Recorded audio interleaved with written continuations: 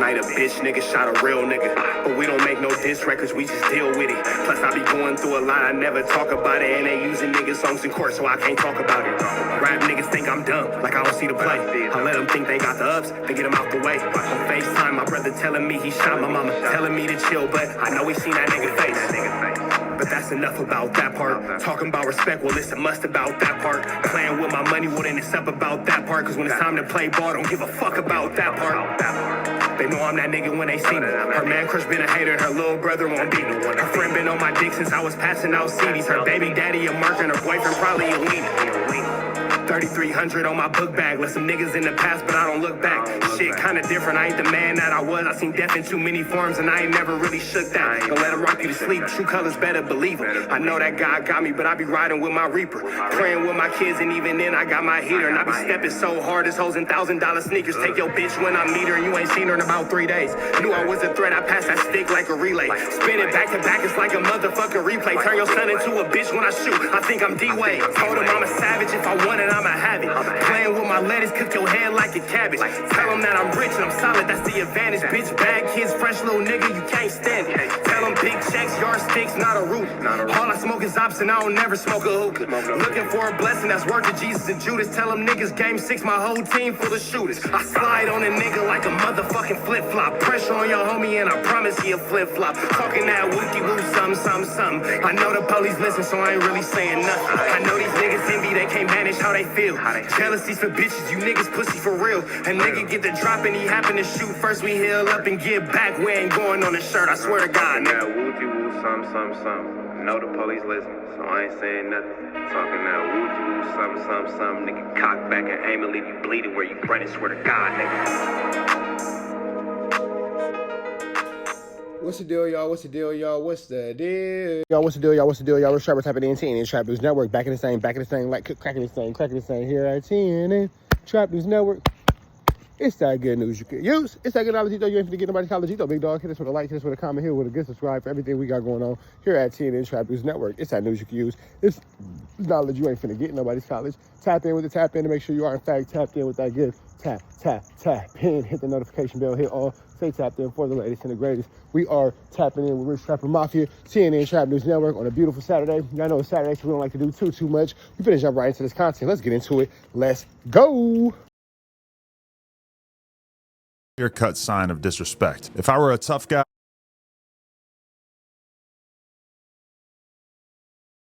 Shit. Oh, you still holding the grudge because of the 6'9"? Yes. This ain't no academics. You're not coming to Garvey Act. You're not coming to Garvey Act. You good, Cos? I'm good. How you living? I just got denied a handshake. In any modern day urban environment, this is a clear-cut sign of disrespect. If I were a tough guy, it would be reasonable for me to take this as a provocation, drop my nuts, and challenge bro to a fade. Luckily, I'm a square, and I feel no desire to assert my manhood at this moment. But wait, there's more. What's cracking? What's up with you? Now I get what's going on. This guy is a Crip. This is a Crip neighborhood after all. He's not happy about the presence of multiple red rag wearing California Bloods in his neighborhood. This is the 4th New York City hood that I visited in the last 4 days, and I guess it was inevitable that we would run into somebody who wasn't happy about our presence. In addition to that, it's late at night and it's Memorial Day, which means this fool is most likely drunk. Or shit, maybe he's just tuned into the local New York City YouTube channels who have been losing their shit about me visiting their city over the past few days. When he went to Patterson Projects and he got the dude, it's clear that Adam got a type. You know what Adam's type is? Gangsters. I gotta be real, like, I don't know how New York is rocking with ADAM22. I gotta be real. Did we not learn anything of what happened to Big U, Luce Cannon, Bricc Baby? This is not a good look, ladies and gentlemen. I gotta be real. I wanna know, whose bright idea was it to bring a millionaire white man into the slums of the ghetto? It is disturbing to see how many black people who claim to get money standing around ADAM22 like he's the messiah. Apparently, me coming to New York is a pretty big deal these days. To me, it seems regular. After all, I lived here for 7 years. I've got plenty of friends and relationships with other people in media here. I've done live podcasts here, and as you can see, I get an insane amount of love out here. But if you were to listen to all of the New York-based struggle vloggers, inviting No Jumper to your neighborhood is basically asking for the feds to start investigating you. Their evidence? Well, in No Jumper's 10-year history, we have had... Since Adam's going out of his way to be super politically correct and super intelligent and insightful about the situation, let's be super politically correct, intelligent, and insightful about the situation. Regardless of the fact, no, you might not be showing blowers and pow-pows and all that kind of stuff. However, I'm sure somebody in this video is on paperwork. I'm sure somebody in this video is on probation, parole, or some kind of 1-2 step like Sierra that prohibits them from being, you know, around gang members. Now, the title, they'll say, oh, well, you shouldn't have been there. You shouldn't have been there. Adam knows damn well, but the people he want to have on camera is the most salacious, the most controversial figures from all that, and that's who adds the validity to the situation. So you can't say that, hey, you know, we don't want anybody on probation or parole in the video, but the person on probation or parole is who you want to see on camera, because that's the person who makes the situation real. That's the person who's the shot caller, who's the big dog, who's typically the man running the 1-2 step like Sierra in that situation. So come on, Six. So with that being said, you know, no, you're not asking anyone to do this. However, you know that for a fact, people will be more than willing to kind of just jump out the window and do whatever because they want to be presented in a certain type of way or shown in a certain type of light off No Jumper and all that. And they're going to do what they got to do to make sure they get that camera time. So it's like Soul Train. No one asked you to dance, but you know, if you had a best dance, you're going to end up on a Soul Train line. That's all I'm saying. That's all I'm saying. So Adam, I see how you're trying to wiggle your way out of there and making sure that, oh, well, I don't have any responsibility. Oh, it's not my fault. That's not true. That's not true, because ultimately what a crime is, you having power rules from California, conducting any type of business, communication, conversation, or any type of meetups with Bloods and Crips from New York. That is actually a federal crime. These are admitted gang members. So the moment you have admitted gang members cross state lines, Six, come here. The moment that you have admitted gang members cross state lines, which makes it a federal crime to coerce or hang out or do content with other admitted gang members, that actually is the start of a felony RICO. That is actually a start of a federal RICO, excuse me. So that's actually how that works. Adam can say, well, no, well, no, well, no. No, it's not well, no. These are admitted gang members who are documented gang members crossing state lines to hang out with other admitted gang members. That's how federal RICO start. There is no way around it. So, no, that might not be your intention, but just because we're in a club and I don't intend to bump into you, if I bump into you, I bump into you. So I see what you're doing there, Adam, and I see you're trying to absolve yourself of any type of guilt or blame or all that. And overall, yeah, but if you want to be 100% transparent, no. Because again, that's interstate gang relations. That's a crime. That's a federal crime. Look it up. I don't have to make this thing up. But let's keep going. That we have only positive intentions for any communities that allow us to film there. Not right now, man. Real bad. But before we get into why this guy was banging on us, we had to make a quick pit stop in Marcy.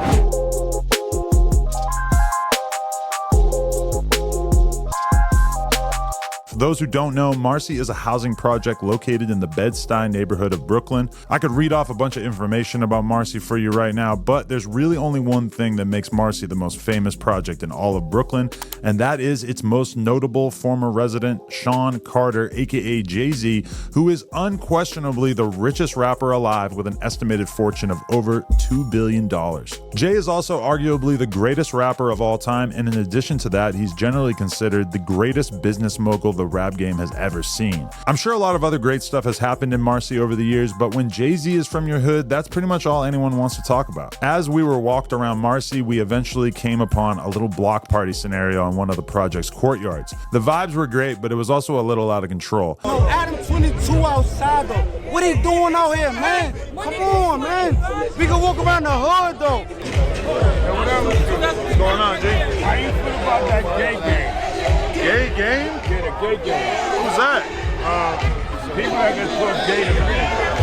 That's some other shit. I don't know nothing about that. Like I said, it was Memorial Day and it was late, so when this dude started harassing me about taking part in gay games on the podcast, I took that as a sign that we probably should not hang out for too long. Next, we went over to see the actual... It's being made abundantly clear by the residents that they don't really want Adam over there. You feel me? Yeah, you might have came over there with your homie and all that kind of stuff. You see the first dude is tripping about him having the Bloods over there. The second dude is tripping about the GPS stuff and all that kind of stuff. It don't really seem like Adam is a welcome guest over there. It seems like Adam went into a situation where he shouldn't have been in, and now he's Spooky Johnson. And when things start getting tricky, he gets out of there. He gets out of there. He gets out of there. He gets out of there. He gets out of there. When it comes down to, you know, that whole 1-2 step like Sierra, and all that blah, blah, blah, blah, blah, blah. Yeah, it didn't seem like Adam was too, you know, yeah, you feel me? There's that. So, yeah, but you know what? He's not dumb. He said, you know what? You know what I'm saying? He's not dumb. He's like, you know, I got out of there. It wasn't meant for me. Either way it goes. I want to also point out the fact that all the New York dudes, this is going to be an a-hole, but all you New York dudes, I'm not going to front. Y'all dropped the ball with this. Y'all, it was all the jokes and all the comments about LA. It was all the jokes and all the comments about LA. Adam is bailing through New York on a 4-day tour. Adam done went through more hoods in New York than he had never went through in LA. He went through more hoods in New York than he ever went through in LA. So, just saying. Let's jump back into this concept. My whole, you know, From the whole basically put Marcy on the map. You already know. Absolutely. That's how we do it. Bleak was from that building too. Yo, does it go down out here still, or is this shit gentrified? No, this shit don't. It's a little gentrification, but it still can go down. Right. It's always chances, always to go down. The area of Bed-Stuy that Marcy exists in has undergone some pretty serious gentrification over the last couple decades, with the percentage of white residents exploding and the median home price skyrocketing from roughly $200,000 to well over $1 million. Many renters have been priced out as the monthly rents have risen to over $3,000 a month, and many black-owned mom-and-pop shops have been pushed out to make way for high-end coffee shops, yoga studios, and wine bars. Despite this change, Marcy and the surrounding areas have disproportionate rates of violence and gang activities, with rates of shootings and assaults typically being 2 to 3 times that of the rest of New York. What happens to the residents of places like Bed-Stuy who are displaced due to skyrocketing rents? Well, a lot of them end up moving to less developed areas of Brooklyn, like Brownsville, where we were headed next. But first, we had to intercept yet another California-based blood in the form of Hitta 3. Got some real bloods out here, bro. Hitta is from Compton. He represents West Side Pyru, and although he has been a presence in the LA music scene for 10 years or so, he has recently experienced a bit of a career resurgence as a result of Kendrick Lamar and Drake's feud, which he has chronicled on his Twitter account on a daily basis. So anyway, Hitta hopped in the whip with us and we were off to Brownsville. Brownsville generally ranks as one of the most dangerous areas of New York City, with some of the highest rates of shootings anywhere in the city, and over 80% of the area's residents living in housing projects, where a selection of different Bloods, Crips, GDs, and various other gangs all do battle for control. Few people know just how brutal life in Brownsville can be, like today's tour guide, Loki Shmula. Loki is a self-proclaimed G-Star Crip who was raised in Brownsville and has been juggling both rapping and his various street activities for many years now. He first rose to prominence in 2013 as a result of a tragedy. He was walking his 16-month-old son in a stroller just a block away from where we filmed this vlog when his ops pulled up, shooting, killing the child. You've been through some of the most fucked up shit that someone could go through in this kind of environment. So I watched an old interview with you where you talked about losing your son when he was 16 months. Word. That was right around here. Yeah, on the corner of this block, bro. You know what I'm saying? Like, and for people that be asking, like, why I bring the cameras and certain shit back to the hood after certain, like, yo, niggas kill your son over there, I would never. Like, listen, bro. Like, it's people from this neighborhood and every other neighborhood that don't have a way. So when I bring the cameras here and I put the cameras on these bricks, these little girls that decide to want to do something in life, when they take their pictures here, people familiar with where I'm from. These little kids that want to, it just gives them a bigger platform to just try to feel like they somebody, you know what I'm saying? So this is why I bring it, this is why I try, because I know how I felt. If it had somebody like me doing this shit young, my son probably never got killed.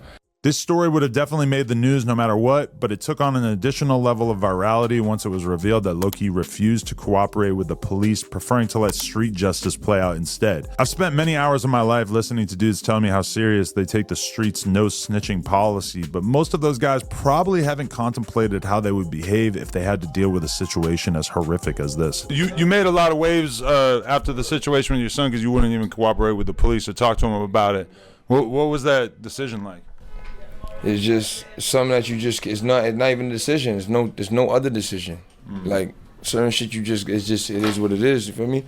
You can't sit down and it's like me personally, I can't live with myself like telling on nobody, bro. Like that shit, I hate police, bro. I hate prison. I hate correctional officers. I hate anything that's got anything to do with that type of shit, bro. So it's like, I can't speak on what I'd rather do to somebody, but the people know. So I'd rather that than try to put a nigga in jail, bro. Like, put you in jail is like the scary way. It's like, oh, I can't handle you, so I'm gonna put the cops on you. That's what that is. When people do that, that's what that is. Like, they look at it like this. Some say they will, some say they won't, some say they do, some say they don't.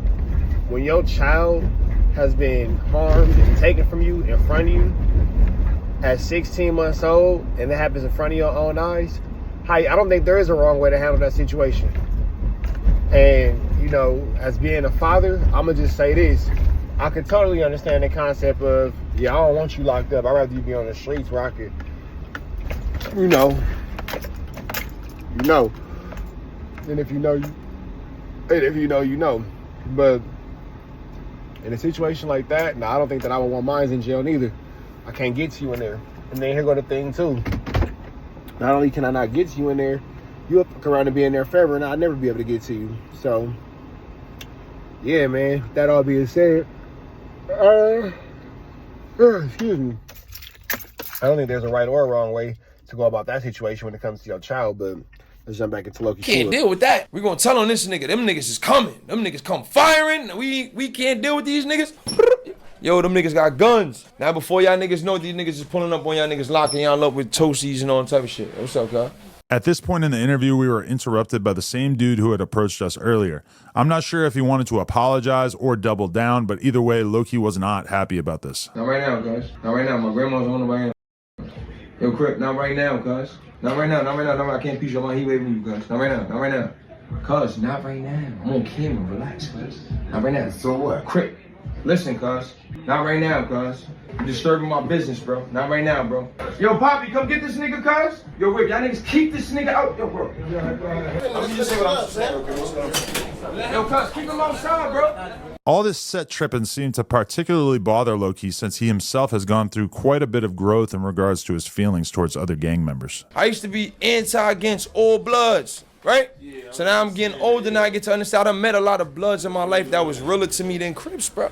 Like show me real love, nigga. That jump in front of the gun of another blood, like what, nigga? You not doing that the same way. Right. So what's it like trying to elevate when you got so many forces around you trying to drag you down? Be smart, but you gotta be tough. You gotta be smart, but you gotta be tough. You gotta, because people would think you being smart is you being pussy. So now you still gotta be hands-on with niggas. People gotta know that you still willing to get your feet dirty.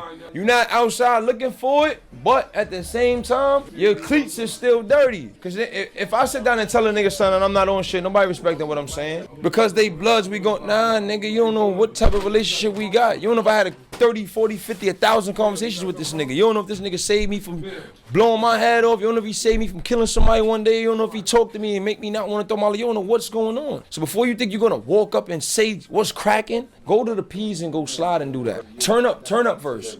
Then I may respect you being on ignorant shit. Like, if you not on ignorant shit 24/7, don't come around me with it, because I'm ignorant, bro. Anybody around me feel away, gang, nigga gonna feel my energy. That's why you see none of y'all feel away, because my energy gonna stop it all. Just because Loki's opinions on gangbanging have become slightly more enlightened over the last couple of years does not change the fact that he and his neighborhood have had a contentious relationship with the police. Loki made sure to let us know that his grandmother's apartment had a security camera directly pointed at it, unlike every other apartment on the street. Just walk through this block, drive through this block, ain't no other block got no cameras like how we got an NYPD camera on our block. Yeah, that's great. It's 4 or 5 blocks over here. None of them got that though. And they cold. They got Granny their crib. own motherfucking camera set up. Yeah, facing Granny crib. They see what's going on. Their own camera. It's a fact. And he even described the local police force as being capable of smelling handguns from a distance while patrolling the block. What's the relationship between y'all and the cops out here? Like what's it actually like day to day? Like, are the cops mostly like hands off, or are they all up in your shit? Hands on. Yeah, like the cops out here, the detectives and shit, bro, they jump out. They chasing you down. They got detectives that smell guns. You laughing, kid? What do you mean, like dogs? I ain't even gonna say this one nigga name, because he been on my line. That's the nigga who sent me to the feds. I ain't even gonna say his name. But they got this one cop from my hood, bro. This nigga will chase you for blocks, bro. On feet. He will jump out he loves the chase, bro. He will chase you, bro. I'm not sure if this gun-smelling claim is meant to be taken literally or not, but either way, I've interviewed a lot of gang members over the years, and I can't think of another instance where the cops were spoken about like this. The NYPD is a pretty intimidating force, even in the more touristy areas of New York, but out here in Brownsville, the public's relationship with the boys in blue is even more strained. Part of me feels like this is probably a necessary evil. It would be nice if the cops could just leave everyone alone out here, but given how many gangs are active in Brownsville and just how much violence actually goes on here, the cops just minding their own business seems unlikely. Low-key's G-Stone Crips haven't had to deal with any major gang takedowns in the last 10 years or so, but over on the blood side of things, this year the warring 5'9 Brims and Bloodhound Brims were the target of a 2-year probe into their beef that ended with 14 members being arrested for charges including murder, attempted murder, conspiracy, and multiple shootings all over Brooklyn. These sort of investigations undoubtedly cost millions of dollars, and while they might temporarily take guns off the streets and put some dangerous dudes behind bars, I'm not entirely sure what can be done to chip away at the root cause of all this violence, namely multiple generations of New Yorkers who feel they have no logical path out of poverty and hardly any opportunities as far as employment and education. Make sure you go watch our other 2 videos we produced while we were on this trip to New York, where we visited the infamous I'ma say this. Fat meat will always be greasy, and a hard head will always make a soft A double. So, that being said, New York. Y'all was big on that. I would never let Adam come to New York. We would never. It looks like y'all ever. Not only did ADAM22 go to New York, he was comfortable. He was amongst the Wookie Bammers and the Woo Whoppers. And even deeper than that, ADAM22 made it a point to go out there and film content and be all around y'all comfortably. And then nothing happened. Nothing. There was nothing. Y'all didn't harm a hair on that white man's head, boy. So it sound good. Everybody loves to talk about what they would do, what they won't do. But outside of that one dude that was Loki Shmula's homie that was not feeling it because maybe, just maybe, he can see the forest beyond the trees. Seems like everybody else is pretty open. Hey, Adam. And there you go, man. So, that all being said, it's a flu flam afoot, y'all. It's a flu flam afoot. And if you don't see it, it's because you don't want to see it. That all being said, y'all know the deal. It's red dots to the left. Y'all know the rest. And of course, it's free Avenue Angel Suites free. We go.